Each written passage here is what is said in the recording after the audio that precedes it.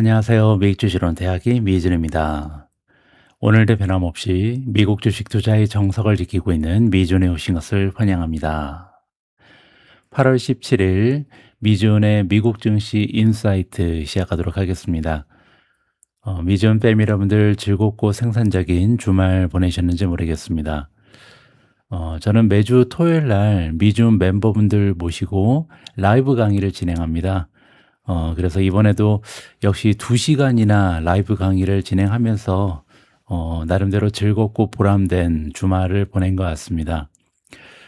이번 라이브 강의 도중에 제가 생방송으로 질문에 대한 답변을 드리는데요. 우연히 제가 가지고 있는 내리막길에 대한 이야기를 할 기회가 있었거든요. 내리막길은 오르막길의 반대말이죠. 제가 윤종신이라는 가수가 부르는 오르막길이라는 노래를 참 좋아하거든요. 근데 반면 한 가지 제가 아쉬운 부분이 있다면 올라가는 길이 참 힘들고 외롭고 또 쉽지 않습니다. 그래서 청춘은 또 청춘 나름대로의 어려움이 있고 또 고난이 있기 마련인데요. 그래도 청춘에게는 엄청나게 많은 희망이 있잖아요. 어제보다는 오늘이 더 나을 가능성도 높고 또 오늘보다는 내일이 더 나으리라는 희망 때문에 어렵고 힘들어도 견딜만 합니다.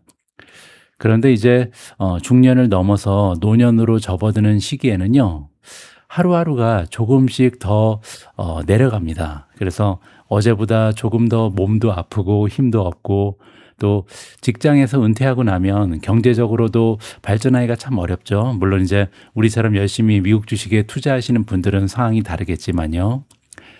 그리고 사회적으로 존재감도 조금씩 작아집니다. 자, 그래서 내리막길은 어떻게 보면 오르막길보다 조금 더 어려울 수 있는데요. 그럼에도 불구하고 우리가 살아가는 이 세상에서, 이 사회에서는 내리막길에 대한 이야기는 많이 하지 않습니다. 그래서 오르막길에 있는 청춘들에게는 많은 격려의 메시지가 주어지는데 힘겹게 내려가고 있는 우리에게는 많은 격려, 많은 박수가 없죠. 그래서 저는 나중에 유튜브 방송을 통해서도 이 내리막길 이야기를 좀 많이 하고 싶다라는 포부를 이번에 라이브 강의하면서 멤버분들께 좀 표현을 했습니다. 하루빨리 우리가 경제적인 자유를 먼저 성취하고 나서 제가 진짜 하고 싶은 내리막길 이야기를 할 날이 좀 왔으면 좋겠습니다. 자, 그러면 8월 17일 준비된 미준의 미국 증시 인사이트 바로 시작합니다. 제가 알기로는 오늘은 한국에서 광복절 대체 휴일인 것으로 파악이 됩니다. 그래서 여러분들 휴일을 만끽하고 계시는 분들이 많으실 것 같은데요. 미준 방송도 조금은 쉬운 내용 그리고 조금은 캐주얼하게 진행을 해볼까 합니다. 일단 월요일이기 때문에 지난 한 주 동안의 미국 증시 시황부터 정리하도록 하겠습니다. 가장 먼저 S&P 500 맵을 볼 텐데요. 한눈에 딱 봐도 녹색이 빨간색보다는 더 많습니다. 하지만 우리가 애정하는 테크주들은 빨간색이 굉장히 많이 포진이 돼 있고요. 특히 시가총액이 커다란 매그7은요. 떨어진 종목이 4개, 그리고 올라간 종목이 3개인가요? 아니네요. 떨어진 종목이 5개고요. 상승한 종목은 테슬라와 엔비디아밖에 없습니다. 자, 따라서 이렇게 시가총액이 커다란 아마존, 구글, 마이크로소프트, 애플이 일제히 하락하면서 메타도 마이너스죠. 따라서 전반적인 시장은 상승세를 유지했지만 지수의 상승폭은 생각보다 크지 않겠구나. 이렇게 우리가 좀 미루어 짐작을 해볼 수가 있겠습니다. 그리고 한 가지 더 보이는 부분이 있는데요. 여기 보시면 에너지가 굉장히 강렬한 녹색으로 물들어 있죠. 이 얘기는요. 유가가 많이 상승했다는 얘기입니다. 따라서 부정적이겠죠. 에너지 섹터가 이렇게 달리면 아무래도 다른 섹터에는 부정적인 영향이 있을 수 있다. 이 부분을 참고하시면 좋을 것 같습니다. 마켓 데이터 보겠습니다. 일단 지수별의 움직임을 보시면요. 지난 5일 동안 주가 상승폭이 가장 컸던 지수는 다행히 나스닥 100입니다. 따라서 우량 테크주가 1.12% 올라갔고요. 그리고 마지막에 보시면 다우존스가 0.52% 떨어지면서 혼자 마이너스를 기록했습니다. S&P 500을 이루는 11가지 섹터별 성적을 보면요. 일단 원자재랑 그다음에 컨슈머 디스크레셔너리, 이거는 이제 경기를 타는 임의 소비재인데요. 이 두 개의 섹터만 마이너스를 기록했고요. 나머지 섹터는 모두 플러스입니다. 따라서 시장의 폭은 오히려 강화됐다라고 우리가 생각해 볼 수가 있는 거고요. 그리고 가장 위쪽에 에너지가 7.67%나 급등했기 때문에 역시 유가가 많이 상승했겠구나라고 결론을 내볼 수가 있겠습니다. 그 밖에도 유틸리티가 플러스 1.61%, 커뮤니케이션 서비스가 1.53%, 필수 소비재가 1.14% 올라갔고요. 테크주는 중간에 껴 있습니다. 1.09% 올라가면서 일주일을 마감했습니다. 시장의 폭은 오히려 좋아졌겠죠. 지금 보시면 69입니다. 69.38이거든요. 그래서 거의 70% 가까운 주식이 단기적으로 추세가 좋다. 그 얘기는요, 주가가 50일 이평선 이상으로 올라가 있다는 거죠. 자, 이렇게 단기적으로 추세가 좋은 종목이 무려 70% 가까이 되고요. 장기적으로 추세가 좋은 종목은 72.76%입니다. 따라서 시장이 한두 종목에 의존하는 게 아니고요. 전반적으로 많은 섹터 그리고 많은 종목이 모멘텀이 강화됐다. 이렇게 보시면 되겠죠. 자, 이렇게 상승 추세에 있는 종목이 많다는 얘기는요, 그만큼 자금이 많다는 겁니다. 시장 안에 유동성이 풍부하기 때문에 여러 종목을 동시다발적으로 올릴 수가 있는 거죠. 자, 그리고 7월 달에는 주가가 갑자기 굉장히 많이 급등했던 반도체 기업들 그리고 AI 수혜주가 하락했잖아요. 근데 이것처럼 지금 S&P 500에 상승 추세에 있는 종목이 많다 보면요, 결국 전반적으로 밸류에이션이 올라가는 종목이 많겠죠. 그렇게 되면 이 종목들에 대한 수익 실현이 나타날 가능성이 있습니다. 그러면 시장 폭이 조금씩 좁아지면서 다시 테크주 위주로 또 시장 폭이 작아지면서 자금이 집중될 수 있다. 우리 입장에서는 그렇게 좀 기대를 해볼 수가 있는 거죠. 어쨌든 결론적으로 시장의 폭이 넓다는 것은 굉장히 긍정적입니다. 다음에는 시장의 공포지수 빅스를 보도록 하겠습니다. 지금 빅스는요, 굉장히 낮은 수준까지 떨어져 있죠. 지난 1년 동안 이렇게 낮은 적은 여기 보시면요, 2025년 12월 말이 처음이죠. 그 이후에 이렇게까지 떨어진 적은 없었습니다. 14.26을 마크하고 있고요. 따라서 시장의 변동성이 굉장히 작다는 거죠. 굉장히 고요한 상태다. 이런 경우에는요, 시장이 야금야금 올라갈 가능성이 높다라고 긍정적으로 해석이 가능합니다.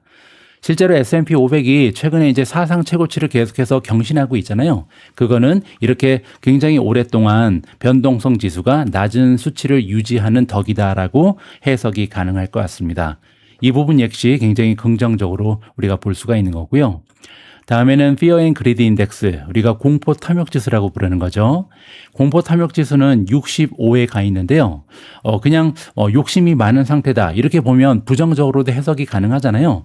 하지만 이 수치가 70을 넘어서 점점 75까지 도달하기 전까지, 그때는요, 오히려 센티먼트가 긍정적이기 때문에 저 같은 경우는 이 부분은 오히려 부정적이라기보다는요, 긍정적으로 평가하고 싶습니다. 따라서 시장의 분위기가 좋다는 것은 나쁜 게 아니죠. 근데 이제 지나치게 뜨거워지는 게 문제이기 때문에 74, 75 이렇게 극적인 공포에 가까우면 그때 가서 우리가 좀 현금 비중을 늘릴 가능성은 있는데요. 그 전까지는 오히려 상승장을 그냥 느긋하게 즐기는 편이 낫다. 이렇게 보시면 됩니다. 다음에는 AAII 설문조사 결과입니다. 다시 한번 말씀드리지만 AAII는요, 개인 투자자들의 심리 상태를 측정하는 지표인데요, 반대로 해석을 해야 됩니다. 그래서 만약에 개인 투자자들 중에 단기적인 전망을 부정적으로 갖고 있는 사람들이 많으면 주식을 팔았다는 얘기죠. 따라서 조만간 주식이 반등할 가능성이 높다, 아니면 상승 추세가 유지될 가능성이 높다, 이렇게 긍정적으로 해석하면 되고요. 만약에 주식을 많은 사람들이 긍정적으로 평가한다, 그 얘기는요, 모두 다 현금을 털어서 주식을 샀을 거 아니에요. 그렇게 되면 신규로 시장에 들어오는 자금이 제한적이다. 따라서 오히려 역발상으로 생각해서 이때는 현금 비중을 좀 늘려야겠는데, 이렇게 해석하는 것이 맞습니다. 지금 현재 8월 12일 기준으로 보시면요, 시장을 긍정적으로 보는 사람이 34.7%요. 그리고 부정적으로 보는 사람이 37.9%잖아요. 근데 역사적인 평균을 보면 평균적으로 긍정적인 사람은 37.5, 그리고 부정적인 사람은 31.5입니다. 따라서 평균하고 굉장히 비슷하긴 한데요. 부정적인 전망을 가지고 있는 사람은 역사적인 평균보다는 조금 더 높은 수준이 계속해서 유지되고 있죠. 따라서 이 투자자들은 아직까지도 주식을 사지 않고요. 현금을 들고 있을 가능성이 높습니다. 따라서 향후에 조금만 좀 좋은 뉴스가 나오게 되면 시장이 막 모멘텀이 강화되면 어쩔 수 없이 다시 현금을 이용해서 주식을 살 수 있는 여유 자금이 시장 밖에 모여 있다. 이런 식으로 해석이 가능합니다. 이 부분 참고하시면 좋을 것 같고요. 한 가지만 더 보여드리죠. 오늘은 NAAIM 엑스포저 인덱스라는 게 있습니다. 이거는 제가 지난주에 이제 다른 기사를 해석하면서 처음 만났던 지표인데요. 저도 이게 잘 뭔지 몰라서 좀 찾아봤습니다. 여기에 대해서 설명을 잠깐 드려보면 좋을 것 같습니다. 방금 전에 우리는 AAII 설문조사를 보고 개인 투자자들의 심리를 살펴봤는데요. 이 NAAIM은 개인 투자자가 아닙니다. 이거는요, 미국의 액티브 자산 운용사들이 있잖아요. 이 운용사들이 현재 고객 포트폴리오를 주식에 얼마나 노출시키고 있는지 이거를 퍼센티지로 표시한다. 이렇게 보시면 됩니다. 보통 이제 자산 운용사들은요, 고객들을 위해서 주식만 사진 않죠. 채권도 사고, 뭐 금, 은 같은 것도 사고, 비트코인도 사고, 여러 가지 다양한 자산에 투자를 하잖아요. 근데 그 중에 지금 주식의 비중이 몇 %인가, 이렇게 이해하시면 됩니다. 자, 그래서 0%는 현금으로 다 가져 있다. 아니면 현금 말고 다른 게 우세하다. 이렇게 보시면 되고요. 100%면 주식에 완전히 투자한 상태죠. 100% 모든 자금을 주식에 넣어놓고 있다. 자, 그런데 레버리지를 사용할 수 있기 때문에 이 지표는요, 마이너스 200에서 플러스 200까지도 이론적으로는 가능하다고 합니다.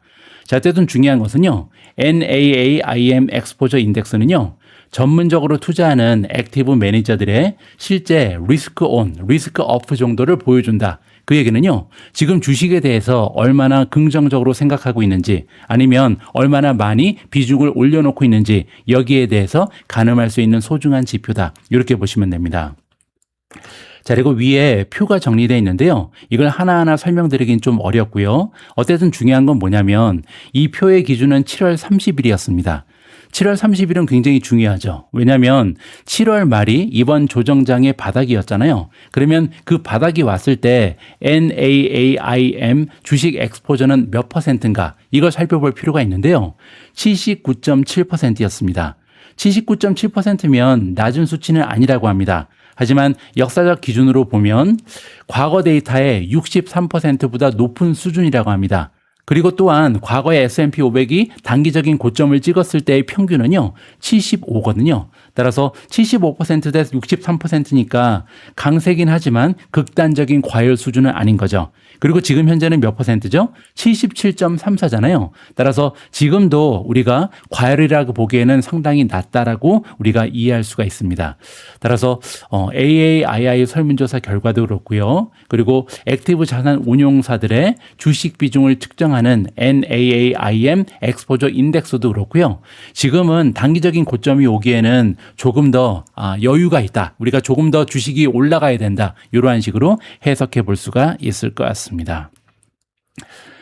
다음에는 미준 모멘텀 포트폴리오입니다. 미준 모멘텀 포트폴리오는 제가 일주일에 한 번만 공개를 하도록 하겠습니다. 예전에는 이제 매일매일 여러분들께 제가 어떤 변화를 포트폴리오에 주고 있는지 지속적으로 보여드렸었는데요.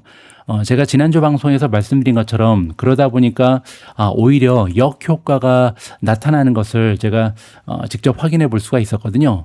주가가 끊임없이 올라갈 때는, 강세장일 때는 너도 나도 다 좋습니다.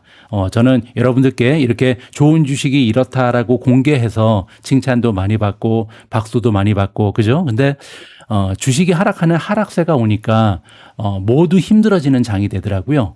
왜냐하면 이 이름만 보고 투자하시는 분들 입장에서는요, 이 주식이 왜 좋은지, 도대체 미준이 여기에 왜 투자하고 있는지 잘 이해를 못 하시잖아요. 따라서 주가가 조금만 떨어져도 너 때문에 이상한 종목에 투자를 했다라면서 욕을 하시는 분들도 많고, 오히려 굉장히 빠르게 손절을 하게 되잖아요. 근데 저 같은 경우는 괜히 이 이름을 공개하는 바람에 쓸데없이 욕도 먹고 따라서 윈윈이 아니라 루즈가 됩니다. 따라서 누구에게도 도움이 되지 않는 것 같아서 제가 미즈운 포트폴리오는요.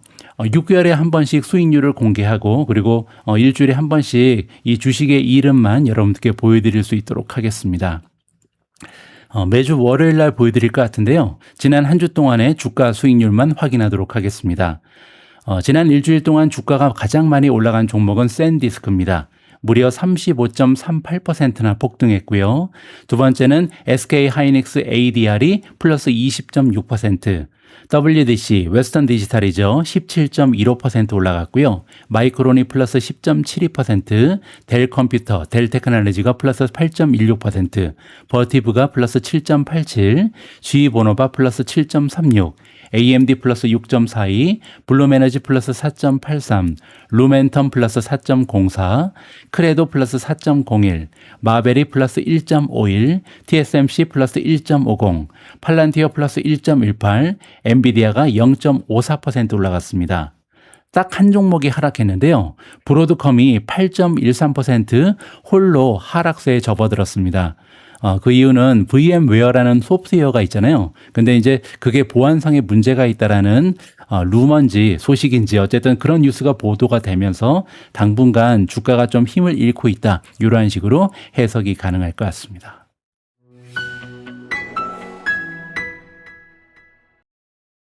오늘의 메인 기사로 넘어갑니다.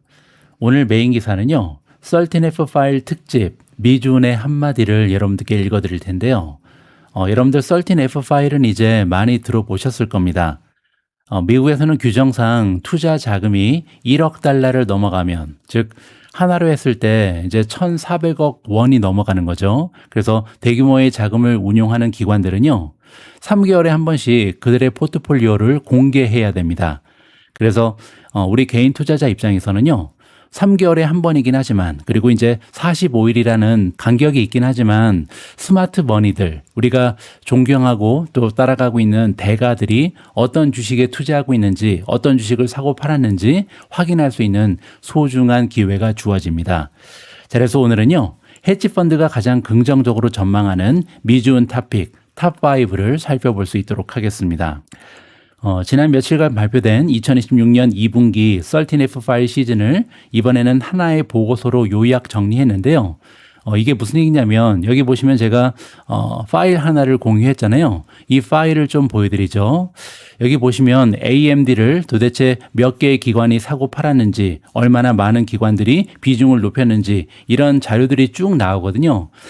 예전에는 이거를 하나하나 분석을 했었는데 그러다 보니까 어떤 트렌드가 보이진 않았습니다. 그래서 하나하나 주식에 대한 평가는 가능하지만 우리가 이 주식을 그냥 하나만 보고 결정하는 것이 아니라 상대평가를 해야 될 거 아니에요. 그래서 상대평가를 한다는 의미 그리고 전반적으로 우리가 애정하는 AI 인프라 수혜주들의 추세를 본다는 의미 이 두 가지 의미 때문에 이번부터는 제가 기사를 작성하는 방법을 좀 바꿨습니다. 그래서 하나의 요약된 보고서로 오늘 좀 전달을 해드리고요. 이번 자료는 개별 스타 매니저가 아니라 전체 헤지펀드의 집계 데이터다. 모든 헤지펀드의 자료가 다 녹아져 있다. 이렇게 보시면 됩니다. 따라서 우리가 함께 투자하고 있는 미주운 탑픽 종목들을요. 스마트머니가 분기 동안 어떻게 사고 팔았는지 직접 확인할 수 있는 소중한 자료가 될 것 같습니다. 몇몇 투자 대가들의 개인적인 취향이 아닙니다. 그래서 벅시 스웨이가 어떤 주식을 샀는지 아니면 빌 에크먼이 어떤 주식을 팔았는지 이렇게 단편적인 정보를 우리가 접하는 것이 아니고요. 수백 개 이상 기관의 집단 포지셔닝이기 때문에 좀 더 많은 신뢰도를 부여할 수 있다. 저는 이렇게 생각하고 있습니다. 자, 이번 분석에서는요. 단순히 헤지펀드들의 보유 주식 수만 보는 것이 아닙니다. 이 아래에 있는 지표들을 종합적으로 분석했는데요. 예를 들어서 빅, 미디엄, 스테이크라는 게 있는데요. 이건 뭐냐면 헤지펀드들이 몇몇 종목에는 좀 집중적으로 자금을 많이 갖고 있는 경우가 있습니다. 그래서 전체 자금의 5% 이상을 갖고 있으면 빅 스테이크라고 부르고요. 만약에 전체 자금의 0.5% 이상을 한 종목에 넣었으면 이거는 미디엄 스테이크라고 부릅니다. 그래서 과연 우리가 애정하는 종목들을 빅 스테이크로 갖고 있는 펀드는 얼마나 되는지, 그리고 미디엄 스테이크로 갖고 있는 펀드는 몇 개나 되는지 이걸 분석했다는 거죠. 자, 그리고 다음은 매수한 펀드의 수, 매도한 펀드의 수도 보고요. 전체 보유 주식의 수도 분석을 했습니다. 그리고 포트폴리오 평균 순위도 봤고요. 마지막으로 탑 20, 탑 50 핵심 포지션 변화다. 자, 이건 뭐냐면 예를 들어서 헤지펀드는 개인 투자자에 비해서 보유하고 있는 종목의 수가 굉장히 많습니다. 몇십 개를 넘어서 몇백 개 이상에 투자하는 그런 헤지펀드가 많거든요. 그러면 예를 들어서 200개의 종목에 투자하고 있는데 그중에 일정 종목은요, 탑 20 안에 들어갈 거 아니에요? 아니면 탑 50 안에 들어갈 텐데 과연 우리가 애정하는 AI 수혜주가 탑 20 안에 몇 개 기관에 들어가 있는가? 그리고 탑 50 안에 투자하고 있는 기관의 수는 몇 개인가? 이걸 다 분석했다는 거죠. 자, 그래서 결론부터 좀 말씀을 드리겠습니다. 결론적으로 7월에 시작된 조정을 코앞에 둔 6월 말 시점에서도, 자, 왜냐면 13F 파일의 그 기준점은요 3월 말, 그리고 6월 말, 9월 말, 12월 말이거든요. 따라서 오늘 여러분들께 전달해 드릴 이 자료는요 6월 30일 기준입니다. 따라서 7월 달부터 조정이 시작됐잖아요. 그래서 조정을 바로 앞둔 시점에 어떤 포트폴리오가 구성되어 있는지 이걸 보여주는 거거든요. 따라서 조정이 시작되기 바로 직전인데 그때도 헤지펀드들은요 AI 인프라에서 빠져나가지 않았다. 이게 결론이라고 보시면 될 것 같습니다. 자, 그러면 조금 자세한 내용을 여러분들께 전달해 드리겠습니다. 헤지펀드들은 AI 인프라 수혜주를 어떻게 보고 있는가? 가장 중요한 핵심이죠. 자, SK 하이닉스 그리고 삼성전자를 제외하고 나머지 15개 미존 탑픽 중에요 11개 종목에서 보유 헤지펀드의 수가 증가했습니다. 그러니까 특정 종목을 우리가 투자하고 있는 미준 탑픽을 가지고 있는 투자하고 있는 헤지펀드의 수가 늘었다는 거죠. 11개 종목에서 늘었습니다. 그 얘기는 4개 종목에서는 보유하고 있는 헤지펀드의 수가 오히려 감소한 거죠. 그리고 12개 종목에서는요. 매수한 헤지펀드가 매도한 헤지펀드보다 많았습니다. 따라서 이것도 굉장히 긍정적이죠. 15개 중에 12개 종목에서는 헤지펀드가 매수한 기간이 더 많았다는 겁니다. 그리고 헤지펀드들이 AI에서 이탈하는 모습이 없다라고 결론을 도출해 볼 수가 있는 거죠. 자, 다만 전체 헤지펀드 보유 주식 수까지 증가한 종목은 6개에 불과했다. 자, 이 얘기는 뭐냐면요. 산 헤지펀드의 수는 많은데 보유 주식 수까지 보면 증가한 종목은 15개 중에 6개밖에 없다는 거잖아요. 자, 그러면 이게 무슨 얘기냐? 자, 그러면 가지고 있지만 보유량은 줄였다는 거죠. 따라서 이 사실에서 우리가 유추할 수 있는 것은 뭐냐면요. 기존의 대형 투자자 중에 일부는요, 주가 상승 이후에 차익을 실현했다. 일부 매도하면서 수익을 실현한 기관이 굉장히 많다. 이렇게 보면 되겠죠. 자, 따라서 새로운 헤지펀드들이 AI 인프라 종목에 계속 진입하고 있는 것은 사실이지만 수익 실현도 동시에 나타났다. 이렇게 정리가 가능합니다. 자, 따라서 저는 이를 AI 사이클 악화보다는요, AI 투자의 중심이 GPU에서 네트워킹, 메모리, 스토리지, 서버, 전력으로 확산되는 과정이다. 따라서 상당히 수혜주가 넓어졌다, 많아졌다, 이렇게 정리가 가능한 거고요. 실제로 이번 분기 가장 강한 기관의 매수 신호는요, 엔비디아라든지 브로드컴에서 나타나지 않았습니다. 실제로 가장 강력한 매수 신호는요, 마벨 테크놀로지, AMD, 크레도, MU, 그리고 델 테크놀로지에서 나타났다. 이렇게 일단 가장 강력한 추세를 보였던 5종목을 공개해 드릴 수가 있겠습니다. 자, 두 번째 순서는요, 헤지펀드들이 가장 긍정적으로 보는 미준 탑픽 탑5를 분석해 보도록 하겠습니다. 자, 1위는 마벨 테크놀로지인데요. 2분기 13F 파일 데이터에서 가장 강력한 추세를 보였던 종목이 바로 마벨입니다. 자, 구체적으로는요, 보유 헤지펀드의 수가 24.3% 늘었습니다. 자, 두 번째로 빅스테이크, 즉 전체 자금의 5% 이상을 마벨에 투자하고 있는 기관의 수는요, 무려 3개월 전 대비해서 116.7%나 급등했습니다. 따라서 마벨이라는 기업에 대한 헤지펀드들 사이의 신뢰가 급격하게 올라갔다. 이렇게 해석이 가능한 거죠. 자, 그리고 마벨을 매수한 헤지펀드는 279곳, 그리고 매도한 곳은 194곳밖에 되지 않습니다. 이것도 긍정적이죠. 자, 전체 보유 주식의 수는 15.3% 올라갔다. 따라서 수익 실현도 많이 나타나지 않은 거죠.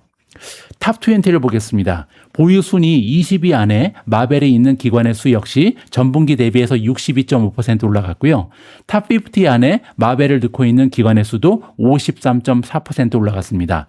따라서 여러 지표가 동시다발적으로 올라간 거죠. 특히 참여하고 있는 헤지펀드 숫자 그리고 실제 보유 주식 수가 동시에 증가했다는 점이 매우 중요하다라고 보시면 되고요.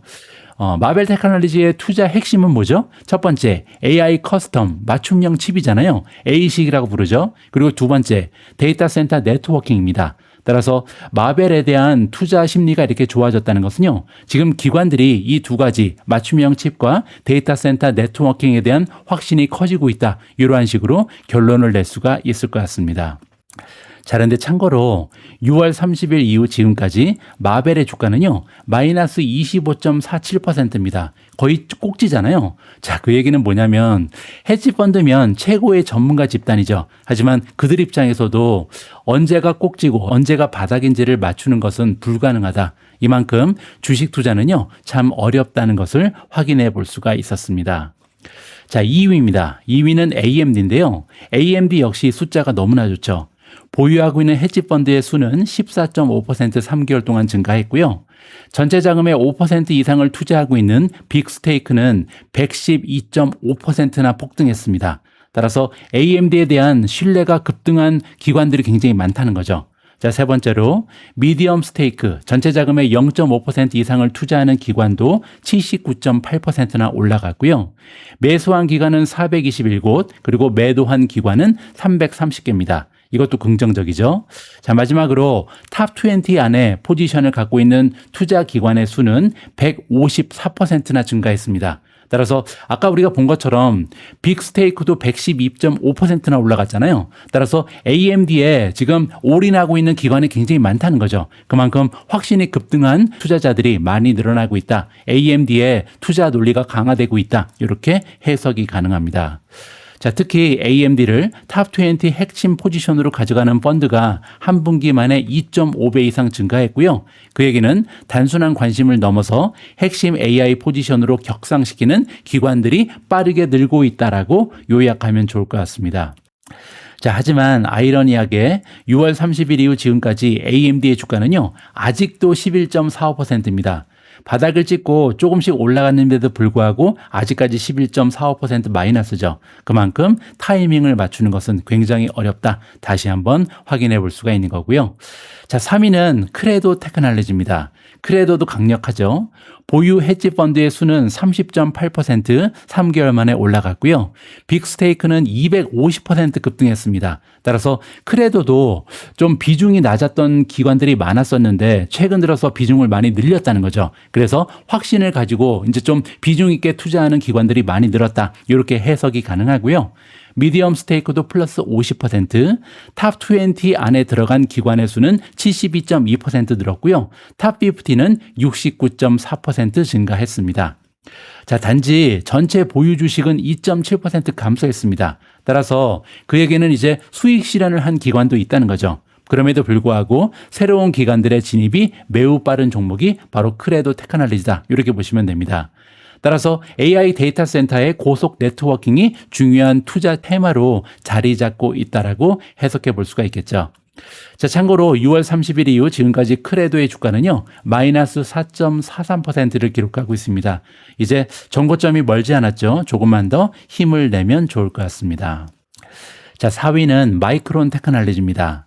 보유 헤지 펀드는 17.1% 증가했고요. 빅스테이크는 플러스 119.2%. 따라서 마이크론도 좀 소량으로 보유하고 있다가 지난 분기, 지난 3개월 동안 좀 비중을 많이 늘린 기관이 많다는 거죠. 미디엄 스테이크는 플러스 64.8%입니다. 탑 20 안에 마이크론이 들어가 있는 기관의 수는 112.7%나 폭등했고요. 탑 50는 65.3% 올라갔습니다. 따라서 여러 가지 수치가 굉장히 긍정적이죠. 자, 물론 마이크론 역시 이익을 실현하는 헤지펀드가 많아서요. 전체 보유 주식은 소폭으로 감소했다. 이렇게 보시면 됩니다. 하지만 마이크론을 핵심 포지션으로 가져가는 기관은 크게 늘었죠. 그래서 헤지펀드들이 여전히 AI 메모리 사이클에 대한 강한 확신을 가지고 있다. 점점 더 확신이 강해지고 있다. 따라서 이번에는 순환주가 아닐 수도 있다. 구조적인 성장을 보일 수도 있다. 이렇게 생각을 바꾼 헤지펀드들이 많이 늘어나고 있다는 것을 여기서 우리가 확인해 볼 수가 있을 것 같습니다. 자, 단지 마이크론의 주가는 아직까지도 마이너스 15.82%입니다. 정고점에서 그렇다는 게 아니고요. 6월 30일부터 지금까지 따라서 좀 아직까지는 갈 길이 멀다라고 보시면 되겠죠. 자, 5위입니다. 5위는 델 테크놀로지인데요. 굉장히 인상적이죠. 보유 헤지펀드는 18.1% 늘었고요. 빅스테이크를 가지고 있는 헤지펀드의 수는요. 무려 200% 증가했습니다. 3배가 늘은 거죠. 그리고 미디엄 스테이크는 54.8% 증가했고요. 탑 20 안에 이 델 테크놀로지를 가지고 있는 헤지펀드의 수는 79.2%, 탑 50 안에 보유하고 있는 기관의 수는 98.1%나 급등했습니다.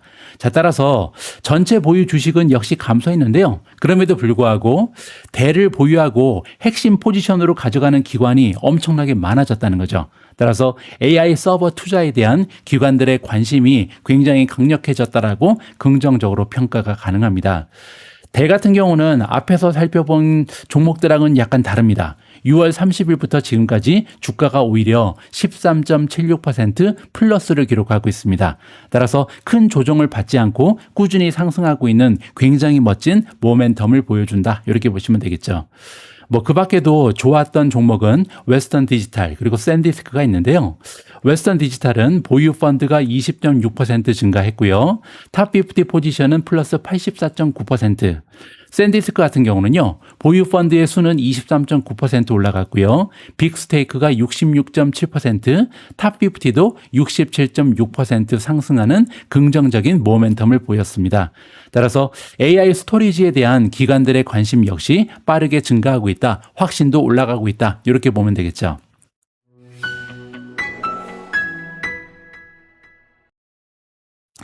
자, 그러면 반대로 가장 경계해야 할 종목을 볼 텐데요. 이거는 저의 개인적인 의견이 아니라는 점 다시 한번 확인을 시켜드리고요. 자, 일단 팔란티어가 가장 좋지 않습니다. 자, 이게 무슨 얘기냐면 보유하고 있는 헤지펀드의 수는 6.3% 감소했고요. 빅스테이크는 마이너스 60%입니다. 이건 굉장히 좀 심각하죠. 자, 왜냐하면 예를 들어서 3개월 전에는 예를 들어서 100개의 헤지펀드가 빅스테이크니까 5% 이상의 자금을 팔란티어에 넣고 있었다. 자, 그런데 3개월 이후에 보니까 100개 중에 60개는 손절을 하고요. 딱 40개만 빅스테이크를 가지고 있는 겁니다. 이건 굉장히 많이 급격하게 떨어진 거고요. 미디엄 스테이크는 마이너스 25.6%, 매수한 기관의 수는 253곳, 매도한 기관의 수는 295곳으로 매수보다 훨씬 더 많죠. 탑 20도 마이너스 33.7%, 그리고 탑 50 안에 팔란티어를 들고 있는 기관의 수도 30% 이상 하락했습니다. 모두 다 하락했죠. 따라서 장기 성장 전망과는 별개로 높은 밸류에이션을 부담스럽게 생각하는 기관이 많이 발견이 되고요. 확신이 많이 줄었다. 근데 문제는 주가가 많이 떨어졌는데 그래서 판 것이 아닌가, 이렇게 우리가 좀 해석을 해볼 수가 있는 거죠. 자, 그런데 굉장히 흥미로운 부분이 있죠. 자, 그건 뭐냐면 2025년 11월 이후에 팔란티어 주가는 50% 가까이 폭락했었습니다. 자, 그런데 바닥이 언제였냐면요. 바로 여기잖아요. 그 바닥이 6월 23일이죠. 자, 그런데 이번 13F 파일의 기준점이 언제죠? 6월 30일이잖아요. 따라서 지금까지 6월 30일부터 지금까지 팔란티어 주가는 무려 50% 가까이 폭등했거든요. 자, 그 얘기는 뭐죠? 많은 헤지펀드들이요, 반년 이상 팔란티어를 존버하고 있다가 반등이 시작되는 시점에서 손절한 거죠. 타이밍을 정말 잘못 잡았죠. 자, 이것처럼 주가의 미래는요, 그 누구도 알 수 없습니다. 헤지펀드는 정말 전문가 집단이잖아요. 주식 투자를 업으로 하는 사람들인데 이 사람들 역시도 6개월 이상 팔란티어가 계속 떨어지는데 들고 있다가 막판에 손절한 거죠. 따라서 제가 다시 한번 말씀드리고 싶은 것은요, 모멘텀 투자 전략만이 정말 살 길이다. 팔란티어 주가가 쭉쭉 떨어질 때 우리는 매도했죠. 그리고 이번에 폭등할 때 다시 샀잖아요. 이렇게 하는 것이 역시 가장 현명한 투자 전략이다라는 것을 확인해 볼 수가 있었습니다. 자, 팔란티어 외에도 좀 추세가 약한 종목이 있는데요. 여기서 얘기하는 추세는 이제 헤지 펀드들의 매매 추세를 얘기하는 거고요. 보유 헤지 펀드는 4.9% 소폭으로 증가했습니다. 하지만 빅스테이크가 31.3% 떨어졌거든요. 그 얘기는 뭐냐면 확신을 가지고 좀 많은 비중을 투자하고 있었던 기관이 줄었다는 거죠. 즉 이익을 실현한 기관들이 많이 있다. 이렇게 보시면 됩니다. 전체 보유 주식의 수도 4.5% 떨어졌고요. 탑20 안에 벌티브 홀딩즈를 들고 있는 기관의 수는 마이너스 13.8, 50위 안에 들고 있었던 기관은 마이너스 4.4%입니다. 자, 따라서 신규 기관들은 계속해서 들어오고 있죠. 왜냐하면 보유 헤지 펀드는 오히려 증가했잖아요. 하지만 기존의 대형 투자자 일부는 이익 실현을 하면서 비중을 줄이는 모습을 보였다라고 해석해 볼 수가 있겠습니다. 자, 참고로 6월 30일 이후 버티브 홀딩즈의 주가는 마이너스 12.24%를 기록하고 있고요. 하지만 굉장히 많이 떨어졌다가 급격한 반등을 보이는 모습을 확인해 볼 수가 있겠습니다. 다음에는 루멘텀 그리고 브로드컴을 잠깐 볼 텐데요. 루멘텀 같은 경우는 보유 펀드의 수는 6.3% 증가했고요. 전체 보유 주식도 5.8% 오히려 증가했습니다. 따라서 기본적인 수급은 좋은 거죠. 하지만 빅스테이크 펀드가 마이너스 69.2% 엄청나게 많이 떨어졌고요. 탑20 포지션이 23%나 감소했습니다. 자, 그 얘기는 뭐죠? 대형 포지션을 가지고 있었던 기관 중에 수익 실현을 한 기관이 너무나 많다는 거죠. 그만큼 루멘텀도 단기간에 주가가 너무 많이 올라갔기 때문에 이익 실현을 하면서 빠져나가거나 아니면 비중을 줄인 기관의 수가 너무나 많았다. 빠져나간 기관의 수는 많지 않죠. 왜냐하면 보유 펀드의 수는 늘었잖아요. 따라서 완전히 이 주식을 청산한 기관은 별로 없다라고 유추가 가능하고요. 대신에 보유 비중은 많이 줄였다. 그만큼 이익 실현이 많았다. 이렇게 보시면 되겠습니다. 자, 참고로 6월 30일 이후에 지금까지 루멘텀의 주가는 7.93%로 이미 플러스를 기록하고 있습니다. 다음에는 브로드컴인데요. 브로드컴도 보유하고 있는 헤지펀드의 수는 마이너스 2.2%, 전체 보유 주식은 0.7% 감소했고요. 매수와 매도 펀드가 433대 433 동률로 나타났습니다. 따라서 완전히 부정적이진 않는데요. 어쨌든 강한 상승 이후에 기관의 매수 모멘텀이 잠시 쉬어가고 있다. 이렇게 보면 되겠죠. 자, 그러면 우리가 애정하는 엔비디아는 어떤지 궁금하죠? 엔비디아도 그렇게 부정적이진 않습니다. 보유 헤지 펀드는 마이너스 0.9%니까 거의 변화가 없는 거고요. 매수 펀드는 584곳, 매도는 499곳입니다. 따라서 매수가 더 많았죠. 전체 보유 주식의 수도 0.6% 올라갔으니까 변화가 없고요. 탑20 포지션은 1.2% 올라갔으니까 변화가 없습니다. 따라서 엔비디아는 횡보한 거죠. 엔비디아는 이제 새로운 기관들이 발견하는 종목이 아닙니다. 그만큼 대부분의 대형 기관이요 이미 보유하고 있다. 그렇기 때문에 꿈쩍하지 않고 움직이지 않은 거잖아요. 따라서 보유 헤지 펀드 숫자가 크게 증가하지 않는다고 해서 약세 신호로 볼 필요는 없다. 하지만 한 가지 우리가 기억해야 되는 부분은요. 예전처럼 주가가 막 몇 배 이상 올라가고 몇 배 이상 떨어지고 이런 거는 좀 보기 어려울 것이다. 따라서 엔비디아는 굉장히 무거운 주식이 됐다라고 해석해 볼 수가 있을 것 같습니다.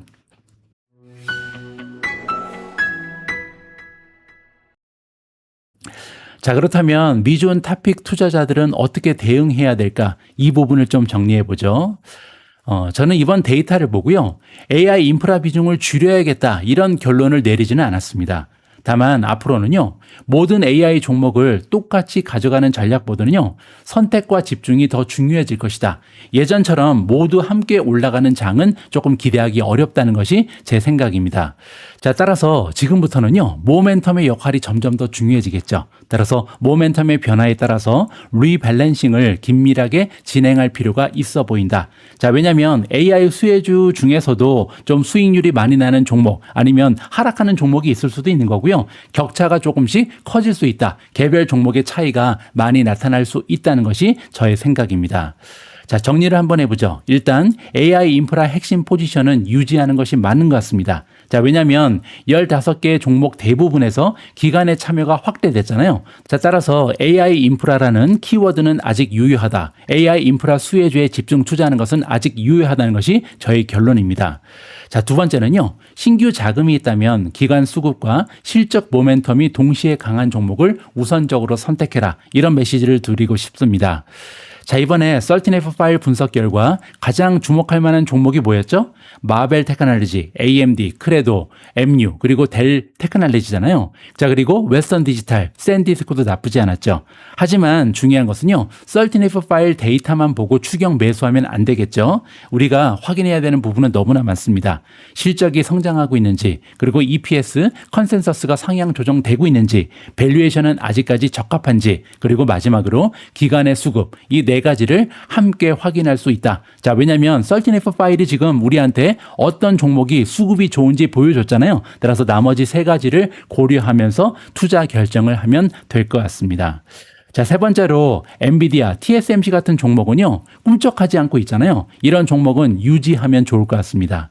이미 기간 보유가 높은 종목이잖아요. 따라서 신규 펀드 증가율보다 기존 기관들의 포지션을 유지하고 있는지 여기에서 우리가 좀 힌트를 받으면 좋을 것 같습니다. 따라서 기관들이 이 종목을 줄이지 않는 한 우리 역시 투자 자금을 빼낼 필요는 없지 않을까, 이렇게 생각을 해볼 수가 있는 거죠. 자, 마지막으로 팔란티어, 벌팁, 그리고 루멘텀이 있는데요. 13F 파일만 보고 이 종목들을 무조건 매도하는 것은 맞지 않습니다.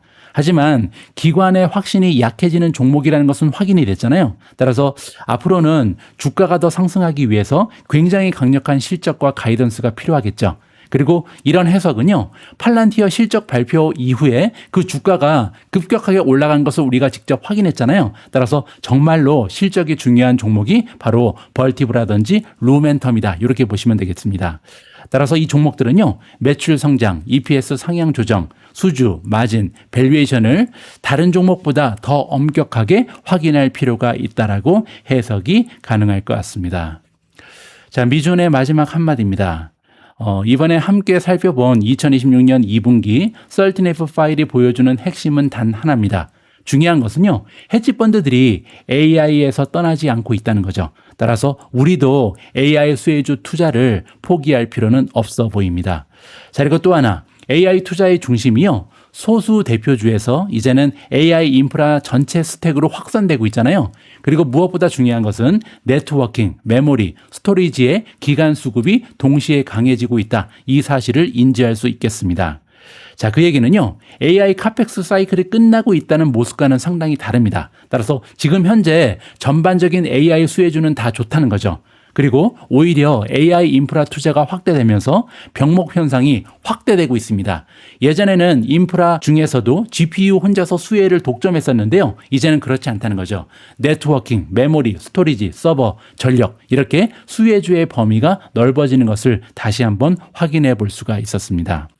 자, 따라서 앞으로 AI 투자에서 가장 중요한 질문은요, AI가 계속 성장할 수 있을 것인가? 이게 아닙니다. 이건 어느 정도 계속해서 확인이 되고 있잖아요. 따라서 향후에 우리가 관심을 가져야 되는 부분은 뭐냐면요, AI 인프라에서 가장 심각한 병목은 어디에서 발생할 것인가?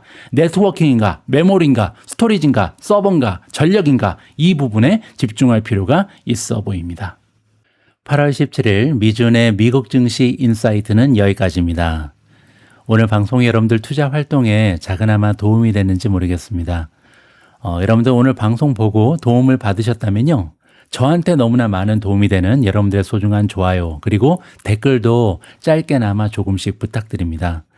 저는 다음 방송에서도 여러분들 투자 활동 도움될 수 있는 유용한 콘텐츠 제작해서 다시 찾아뵐 수 있도록 하겠습니다.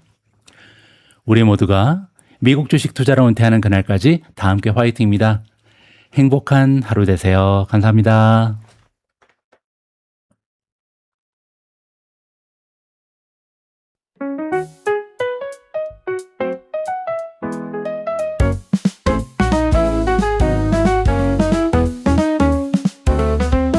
작은 꿈 시작이 중요해. 희망의 미래를 함께 심어가.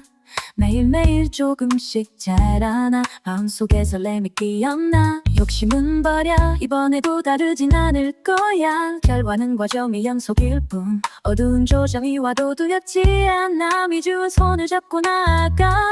보이지 않는 내일의 빛이 되어줄게. 행복한 투자, 서로의 꿈을 응원하며 아름다운 내리막길 같이 걸어가. 행복 행복한 투자 미주와 함께 우리 모두 감히 극주시가로운 퇴한